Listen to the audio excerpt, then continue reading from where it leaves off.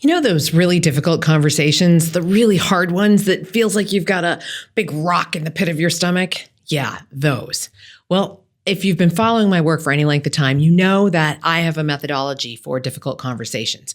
And what I've done recently is I've updated it and given you a 7-step checklist to go through to prepare for your own hard conversations, from everything that happens before the conversation happens to the resolution that you're going to get at the end and every awkward thing in between. Today, I'm going to go through at a very high level that 7-point checklist with you so that you generally know what's in it. And in just listening to this podcast, it's going to give you a great methodology for holding your next difficult conversation, whether it's planned or whether it catches you by surprise, because we know a lot of times they just catch us by surprise. I'm also going to give you at the end of the episode a place where you can go and download the full checklist, which is much more comprehensive than we have time to cover here on the podcast. So that is what's coming up and what's in store for you today in this podcast. Now, we know that having difficult conversations is challenging. Nobody likes to have them. And of course, that doesn't make them any easier. So we call this the hard conversation checklist. It's ideally for technical managers, but even if you're not a technical manager, or maybe you're not a manager, it's okay. You're still going to get a ton of value out of this checklist and out of this methodology. So without any further ado, let me just jump into it and let me give you the steps. And these steps are a bit different from what I've talked about before. My methodology has evolved and changed over time. So now here's where we're going to get into it. And I'm going to give you, again, the kind of the high level step. And then you'll also get an opportunity to go grab this whole checklist and download it as a PDF so that you can use it in your next difficult conversation. So step 1 is to name the real issue. So often we name the symptoms. We name what's happening as a result of somebody's behavior. Let's say somebody's missing deadlines. Well, we're talking about with them oftentimes what happens downstream from them missing the deadline, as opposed to talking about missing the deadline, or maybe the real issue is even something that comes before the deadline. So we have to absolutely name the real issue and not the symptoms. Now, if you can't describe the issue without using words like attitude, vibe, energy, words like that, then you're not ready to take it up with that person yet. Because when you're talking about somebody's attitude, that's not the issue.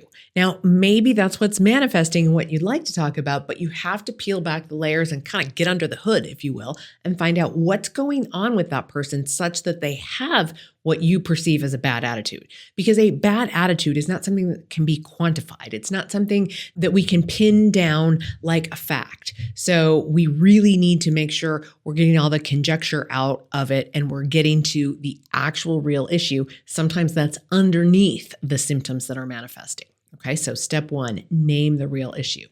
Now, step 2, and I was just hinting at this one, and that is separate the facts from the assumptions. So the assumptions is the story you tell yourself about what's happening.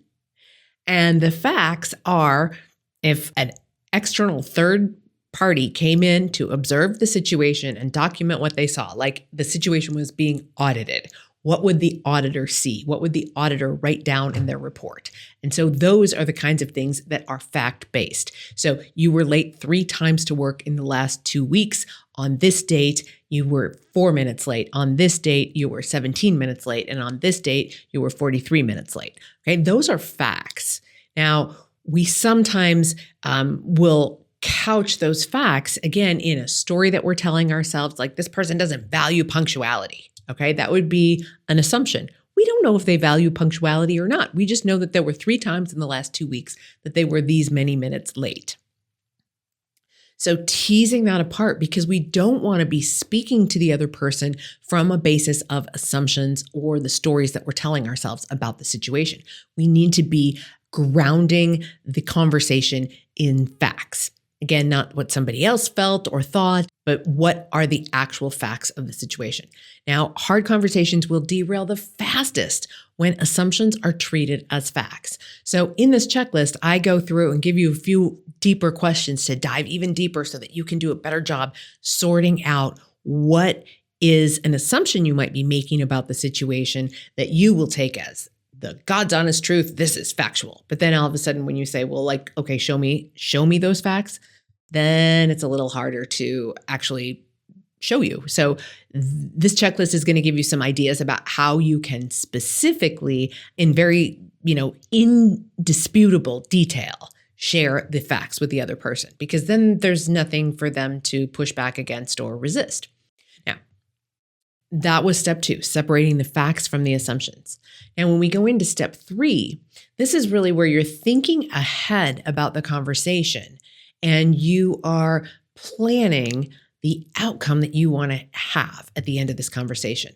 So when you step into that conversation, you should have already predetermined what you expect the outcome will be. Now, in some situations where you are going in knowing that there's lots of information you don't know, you might go into the conversation with the outcome and the intended outcome being, I want to discover what I'm missing in this conversation. We're not ready to make a decision or to take any action on this yet. This is more of a discovery conversation. And that would be a perfectly acceptable and clear outcome about what you wanted to get. Now, there are other situations where you might be like, I want to get to the bottom of this. Okay. And in which case you have to get very specific about what getting to the bottom of this means. Does that mean discovering all of the facts, getting all of the facts on the table, sorting through them, and then making some sort of a decision or having an outcome? Or does, getting to the bottom of this mean something different? Now, again, getting to the bottom of this is much more of the story you're telling yourself about it as opposed to something factual, because a difficult situation, a difficult conversation does not actually have a bottom. So this is also part of how we start to interrogate whether this is a fact or a story we're telling ourselves about the set of facts or assumptions we might be making. Okay, but the more you can get really clear on the exact outcome that you want, the more likely the conversation itself will be productive and won't wander in lots of different other areas, but you'll stay more focused on what you're trying to get out of the conversation. All right, step 4 is you're going to choose clarity over comfort. Now, sometimes being vague and, doing an end run around the subject feels like you're being kind to the person. But, here in Minnesota, we call that passive aggressive behavior. When you're not naming the issue, but you're doing a 180 around it, or you're doing a big 360 even around it, a big loop around it, that creates more confusion and more work down the road than it does solve a problem right now. So you've also probably heard Brene Brown, who's famous for saying, clarity is kind. So here's what we're doing is choosing clarity over comfort. So that comfort is really our own, discomfort and trying to make the other person feel okay. When we're going into a hard conversation, it's not about making the other person feel okay. It's about solving a problem at work. Okay, we just really need to keep the focus on this is all about solving a problem at work. This isn't about making you feel bad or trying to protect your feelings or anything like that. When we're vague, it can kind of feel kind in the moment, or at least it makes us feel less uncomfortable, but that does not serve the conversation. So we want to go in with clarity over comfort, thinking about how we can serve the highest good in that conversation. All right, now we're getting into step 5, which is thinking about the language that you're going to use when you open that conversation. And in the checklist, I call this on step 5, pressure testing your language. So before the conversation starts, you're going to plan out your opening phrases. And you've probably heard me talk about this in difficult conversations before, because this has been a long-standing piece of my methodology where we want to open that conversation in a way that doesn't make the other person defensive. And there are some specific turns linguistically that we can do, some specific word choices we can make to make the other person feel more at ease and to make them feel less like they are being personally blamed in the situation. So everything from how we are, again, choosing those very first words to open the conversation to whether we're using, for example, personal pronouns. If I'm using the word you a lot, it's much more likely that if you are on the receiving end of this conversation, you are going to feel more blamed than if I try to get those personal pronouns out of the tee up of the conversation altogether. It's about the issue, not about you. Now, it probably is the fact that you did this thing or that thing, again, going back to the facts, that led to this outcome. But we want to stay focused on the facts and the outcomes, not necessarily playing a blame game. And so again, that's where step 5 comes in, where we're really going to pressure test your language so that we can see that you are indeed focusing on the issue, not talking around the issue, and that your language focuses on behavior and impacts, not on the person's character or their attitude or some of those things that can feel a little bit squishy and a little bit sloppy and isn't going to help the person who's on the receiving end of that conversation know exactly what to do with the information. Okay, so that is step 5, pressure test your language. In step 6, we're going to anticipate before we even go into the conversation what the other person's reaction might be.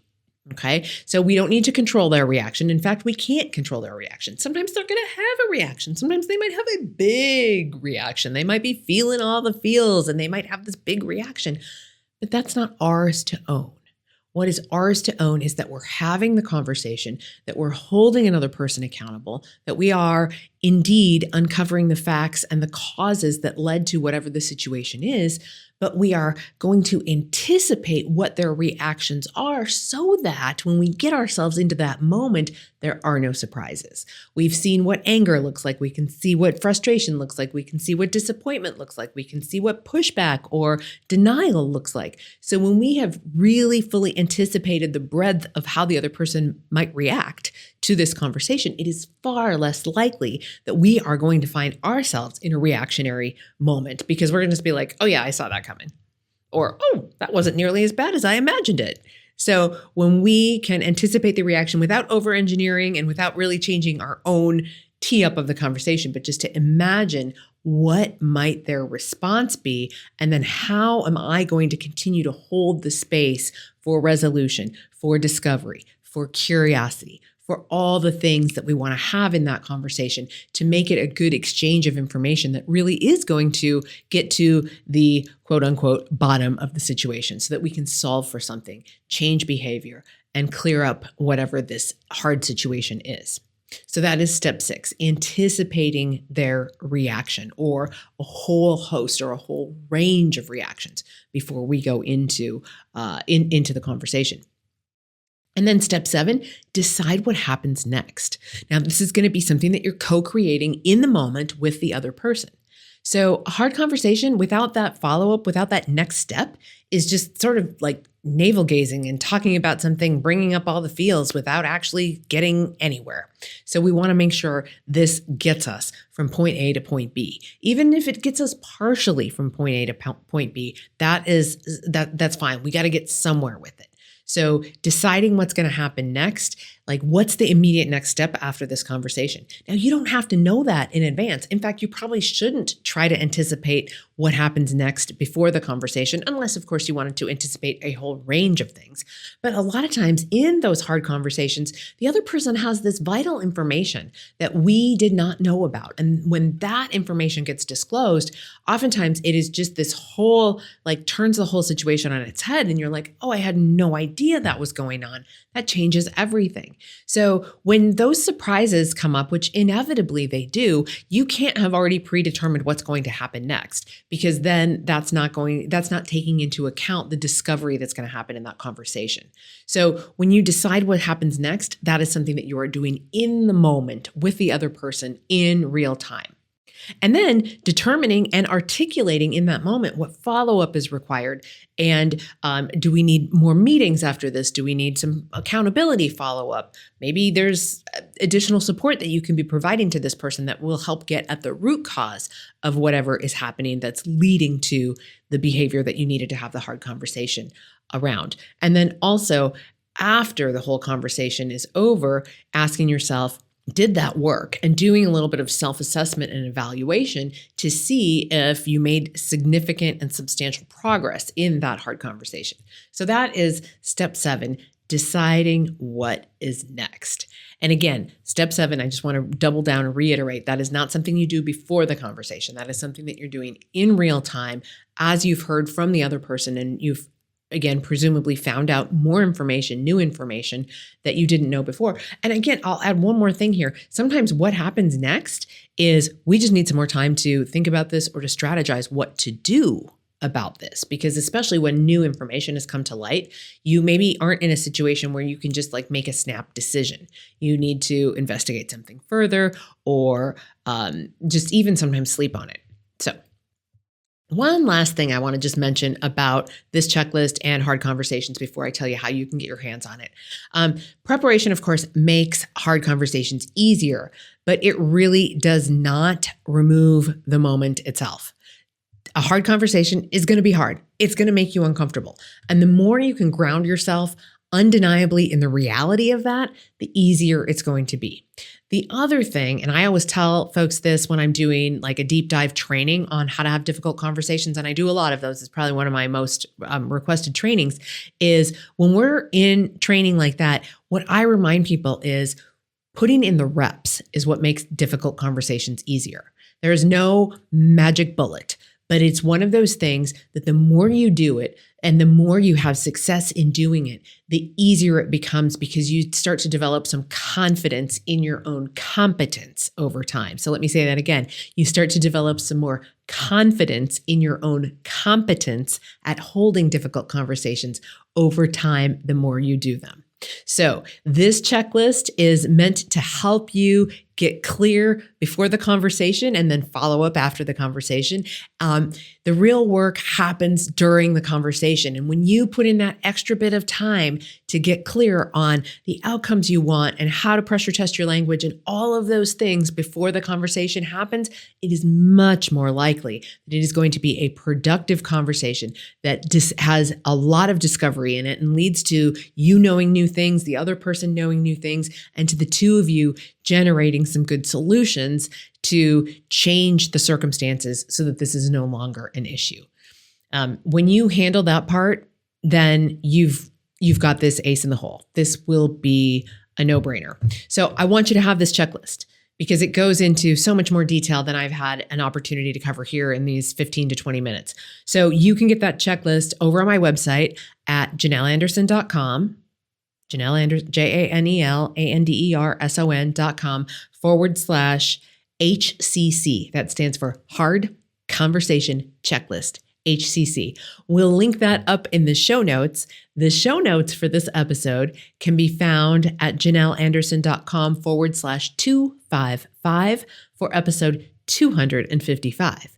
I've got some other episodes about difficult conversations. We can link those up in the show notes for you as well. And again, I want you right now to go over to JaneLAnderson.com/HCC for that hard conversation checklist. You'll just drop your email address in and it will show up in your inbox and you can start using it right away.